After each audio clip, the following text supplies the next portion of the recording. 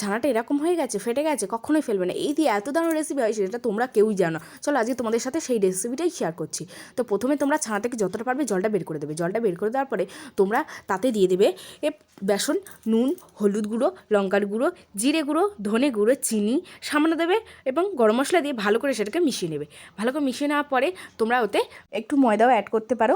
তো তারপর তোমরা ওটাকে ভালো করে ভেজে নেবে। ভেজে নেওয়ার পরে তোমরা দেখো সেই তেলেতেই আমি দিয়ে দেবো জিরে ফোড়ন। জিরে আর শুকনো লঙ্কা দিয়ে ভালো করে ভেজে নেবো যতক্ষণে সেন্ট বেরোচ্ছে। তারপরে আমরা দিয়ে দেবো টমেটো। টমেটো দিয়ে দেওয়ার পরে দিয়ে দেবো হলুদ গুঁড়ো আর একটু দিয়ে দেবো সামান্য পরিমাণে লবণ দেওয়ার পর ওতে দিয়ে দেবো জিরে আর সর্ষে বাটা আর ভেজে রাখা ফুলকপি এবং বিন কড়াই, তার সাথে সিদ্ধ করে রাখা আলুটা দিয়ে দেবো। দিয়ে ভালো করে আমরা একটু কষিয়ে জল দিয়ে দেবো। কষে নেওয়ার পরে যখন তরকারিটা ফুটবে তখন আমরা দিয়ে দেবো ধনেপাতা।